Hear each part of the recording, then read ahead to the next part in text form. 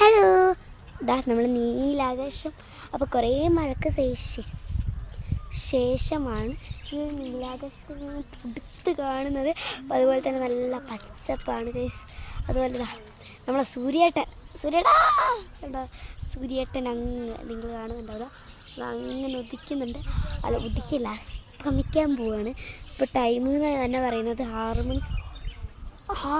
മണിയായി. എൻ്റെ പൊന്നെ, അപ്പോൾ 6 മണിയായി സമയം എന്ന് വെച്ചാൽ. എന്നിട്ടും ഇത്രയും വെയിലോ? ഞാനില്ലേ അങ്ങനെ വന്ന് വലിയൊരു കരിമീൻ വീഡിയോ എടുത്തിട്ടുണ്ട്. നമുക്ക് ആ ഡാമ്പിനെ ഭയങ്കര സുഖമായിപ്പോയാം.